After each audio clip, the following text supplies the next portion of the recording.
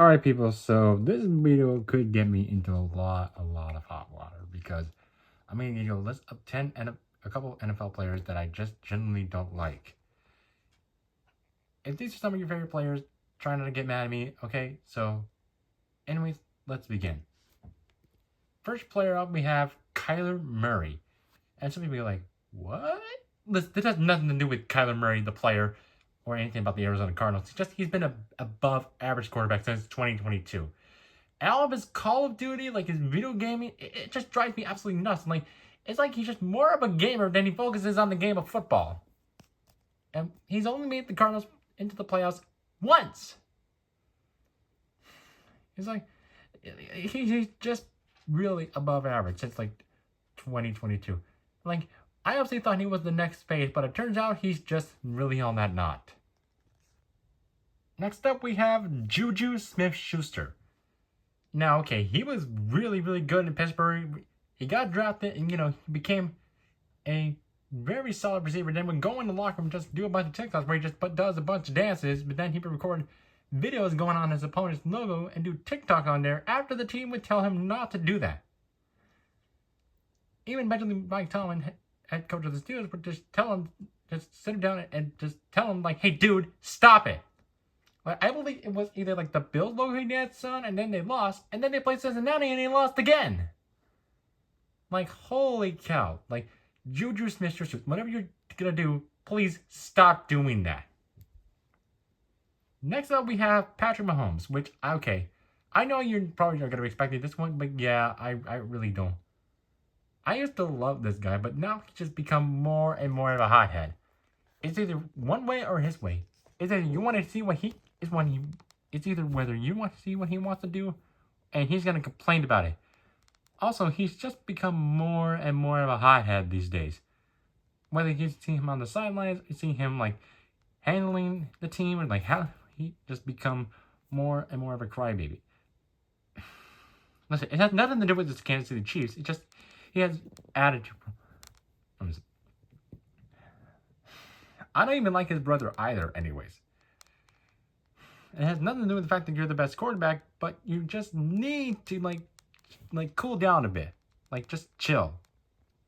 That'll bring us on to a coach, Sean Payton, huge villain. Okay, does that mean he is a good coach? Well, yes, but is he a bad one? No, but you can take that in our. But no one's gonna deny that. For some of you who don't know, he had this bounty where he just paid some defensive players that injured certain players. Well, like Brett Favre, he was one of those. And nothing to do with this knowing Saints, but he's just so sensitive. He's sometimes not nice to the media. And you're saying his coach, he's a great coach. No, you're right. But I'm just saying the guy is an absolute villain. Next up, give me Jaire Alexander. Like, I really don't think. Okay, sure. Everybody think he was one of the best cornerbacks. Corner, not quarter. Well, guess what? He's not. He is legit not that good as he was anymore. Ever since 2023, he's only played a total amount of like 14 games since he obviously, 2022. He was really good, but then obviously he's had a big contract, and he's only played a total amount of 14 games. That is he constantly talk trash like he does. Hey, I'm the man in the lane, bruh. No, you're not, dude. You're not even the same as you were anymore. And also, just because where you're from, where your game is, doesn't mean you just talk that mouth. Well, I'm playing for Baltimore now, coach gotta know that. But bro, shut up. Next up, we got George Pickens. I mean, obviously, I think he's been a bit overrated receiver, in my opinion, though. I mean, I don't know the story with this guy. He has attitude problems when, you see him frustrated with a lack of targets, sideline outbursts, and even social media. Yeah, even tension sometimes with his teammates or his coaches. Whether it's with Pittsburgh, but now he's with Dallas. His attitude better not be starting to get worse and worse every time. But if he does, then it probably is going to get worse for George Pickens. Like I said, I think he's literally an overrated receiver, though. Attitude problems and just very, very, very crazy sometimes. Like, bro, chill. Next up, give me Mike McDaniel. And some people are thinking, what? What are you talking about? Okay, look.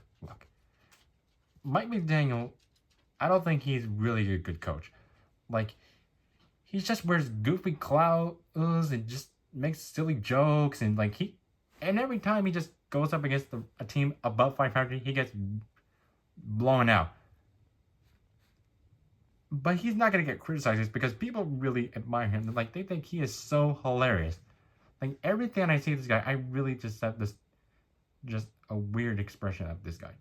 Maybe I'm just not really crazy about him. Maybe I'm not at all. But I seriously think he's just he's such a goof. Making his dumb jokes, just wearing goofy clothes and all. Like, yes, and he also can't also win games in cold weather. It's not a conspiracy, it's a fact. They just can't do it.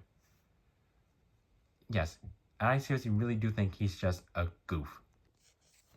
Next up, we got Travis Kelce. And I know, alright, I explained it. It's just all about his relationship with Taylor Swift, which he's faced criticism for. He's not the same tight end as he once was, and even he doesn't have a very good season anymore. And ever since his relationship with Taylor, it's not the same receiver tight end as he was anymore.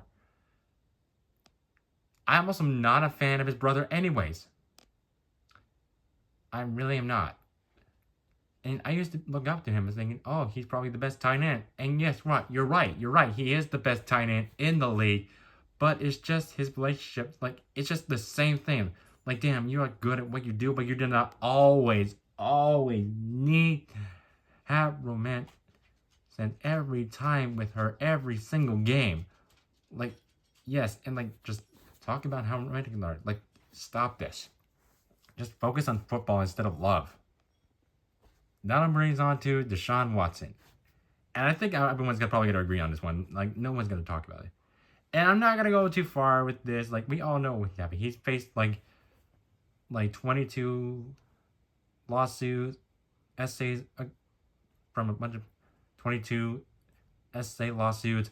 And then he obviously just, when he got to Cleveland, fans obviously really don't want him anymore because they were just, as Watson said, they were just, triggered that he was there. No kidding, buddy! Sorry about that. This guy obviously is just used to be so good in Houston, but then up until 2020, he's been really horrible. Ever since he got to Cleveland, he's not the same as he once was in Houston. I seriously really don't know how to face this, but he is really not that good anyway. He keeps getting injured every single season, and he really, really just needs to stop playing football for good. His career is likely over, though. All things, he just ruined himself. Next up, we have another coach, Nick Sirianni. Okay, yes, he did win the Super Bowl, but it doesn't mean, though, because, okay, let me tell you something. Nick Sirianni is literally acting like a 14-year-old. And I know Philly fans are probably going to be mad at me for this. It's just every time when he beats a team, he'll go into the tunnel and just chirp things out and just yell. That's what he does. All he just does is yell and scream in the tunnel. And every single time when the national anthem gets played, he cries tears. What kind of coach are you, dude? What are you? On top of that, what on earth does he even do anyways? I'm sure, yes, he won the Super Bowl, but what does he do anyways?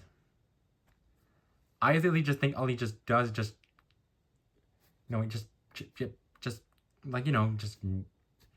getting him to do this job to do just chirping and crying.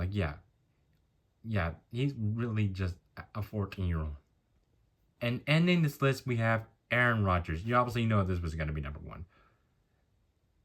Literally, he's literally been, ever since he tried to force him out of Green Bay. His family doesn't talk to him. He's become more and more of a team, handling it, not showing up to practice. And he's been, when he goes on TV or podcast, he takes it. Going on darkness retreats. Also, he doesn't even believe in science anyways. And also, he obviously lied about being vaccinated. Like, what? He just wasn't the same guy as he was early on in his career, though. But now he's with the Steelers right now, and maybe this could be the last year we ever see from him, and hopefully he does not ever come back. Like, I seriously really don't know what to say about him. Other than the fact, I really despise him ever since growing up as a Vikings fan. Same level of stupidity, just always easily number one. And that's going to do it for this video, everybody. And hope you have a good rest of your weekend. And I'd like to point out that I'm going back to college soon. But anyways, if you like the video, you know what to do. Like, comment, subscribe. Have a good rest of your day. And I will see you guys in the next video. I'll try to get a video out soon before I go back to school. But anyways, meantime, stay tuned. And have a good day.